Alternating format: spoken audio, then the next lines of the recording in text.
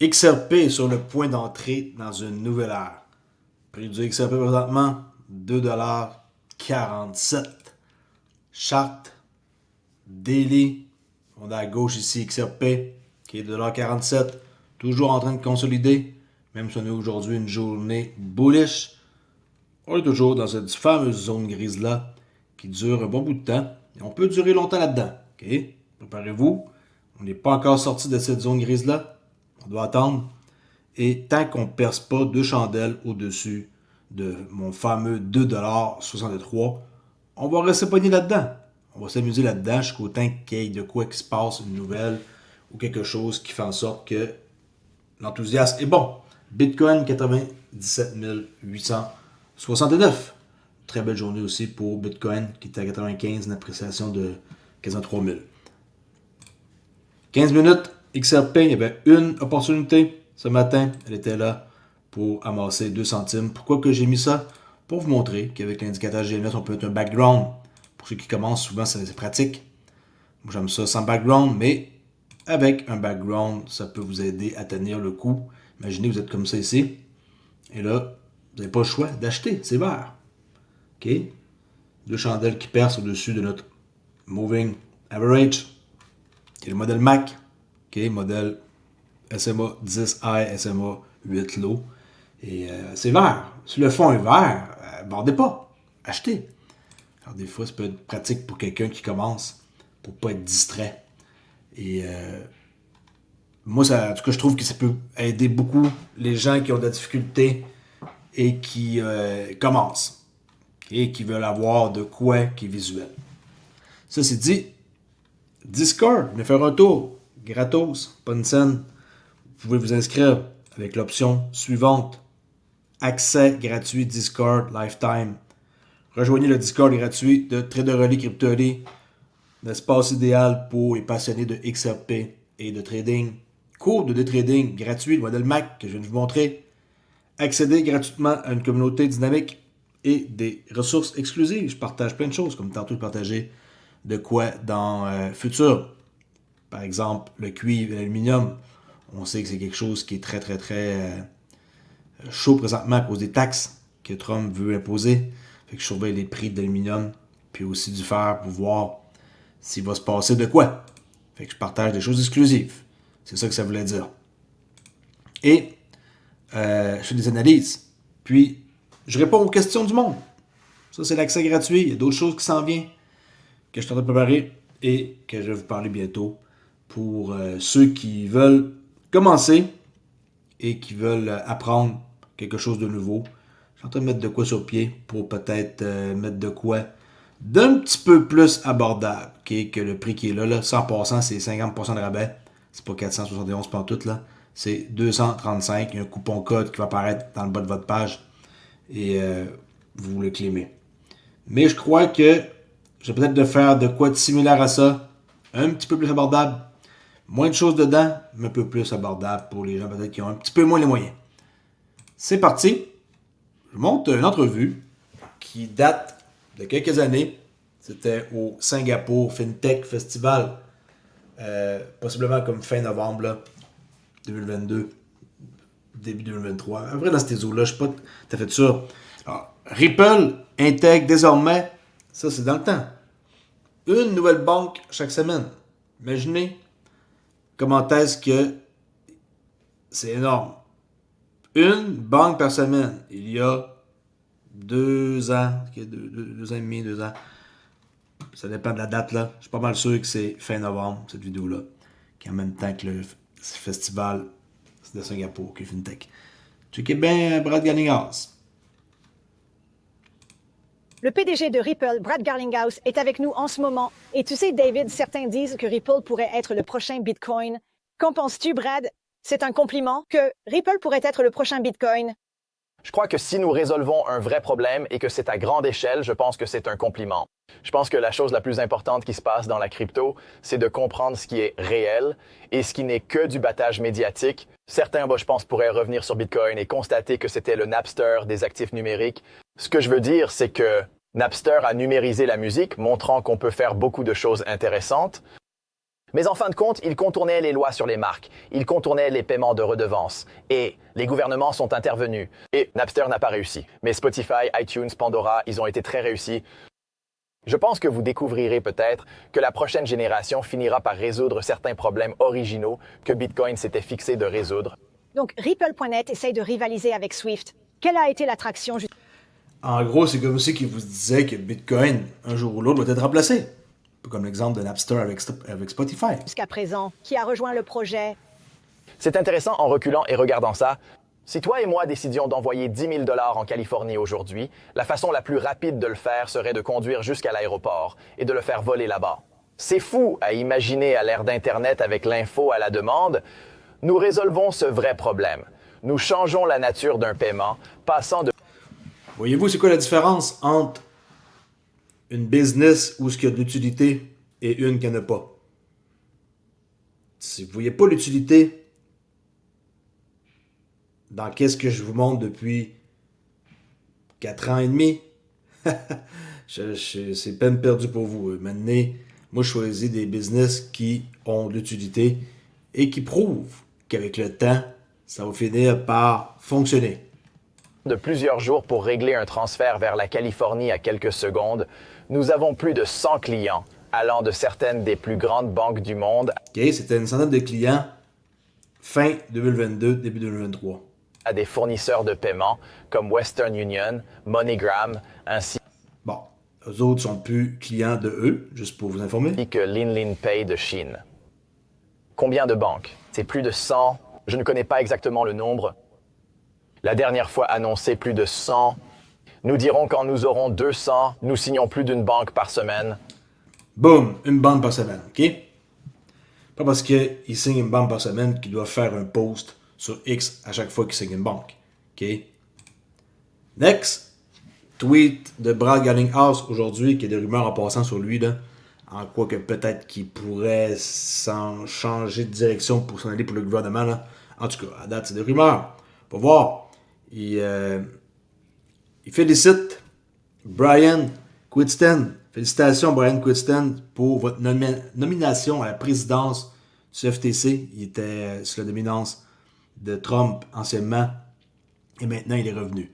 Okay, alors, il parle ici que c'est un grand honneur pour moi d'être nommé par le président Donald Trump en tant que prochain président de la Commodity Future Trading Commission, CFTC, où j'avais été commissaire dans son dernier mandat. Le CFTC joue un rôle essentiel dans le maintien d'une couverture solide et de la détermination des prix. Ça, c'est une bonne nouvelle. Puis, je crois que ils sont amis. On peut voir Esther Pierce. Félicitations, Brian, dans l'attente d'une coopération SEC CFTC. OK. La dernière fois, c'était le titre 8 de la loi Dodd-Frank. Cette fois-ci, la crypto. OK. Fait que ça, ils sont en train de vous dire qu'est-ce qui s'en vient. S'il y en a qui ne croient pas encore à ça, je vous le dis, tant pis pour vous. Tant pis pour vous. J'irai voir tout le monde qui va avoir connu du succès et qui va avoir cru en XRP. 11 février, un article sur le site de Ripple.com Insight, la tokenisation des actifs du monde réel, RWA. Expliqué, si vous voulez savoir quels sont les actifs du monde réel, qu'est-ce que la tokenisation RWA, les avantages, le rôle de la blockchain dans la tokenisation des Real World Assets, pourquoi l'XRP Ledger est idéal pour la tokenisation, principaux cas d'utilisation, bons du trésor tokenisé, immobilier, dette, tout va être tokenisé. C'est incroyable. Allez lire cet article-là, je vais mettre ça dans la description pour les curieux. David Schwartz, j'ai trouvé une vidéo ici qui dit que XRP, le pont automatique, s'effectue désormais, le RLUSD. Cela pourrait injecter des milliards dans le XRP Ledger et déclencher une flambée massive des prix. Êtes-vous prêt pour qu'est-ce qui s'en vient? Le grand livre XRP enrichit l'écosystème, augmentant les possibilités pour les développeurs.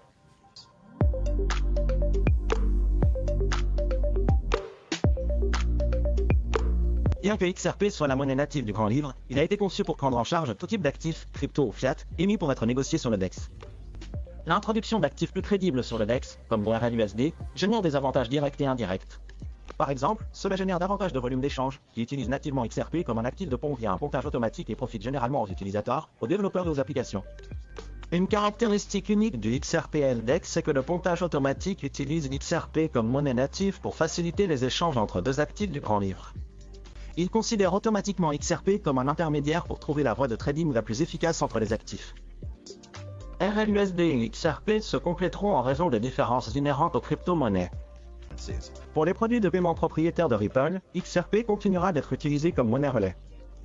Compte tenu de la vitesse, du Monnaie relais. Monnaie. Oups. Merde, j'ai perdu mon texte. Hein? Monnaie relais.a.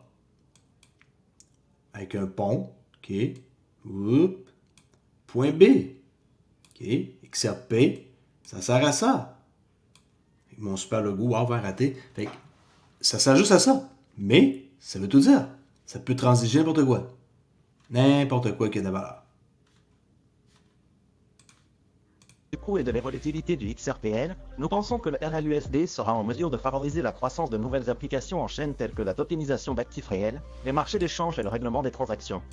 Je pense que cette année, stablecoin et tokenisation, ça va être probablement qu'est-ce qui va être le plus tendance. Surtout tokenisation. Okay? Stablecoin, pas le choix, mais la tokenisation des actifs, je crois que c'est cette année qu'on a déjà vu des avant-premières, hein, les T-bills, des choses comme ça, mais on dirait que c'est ça, là.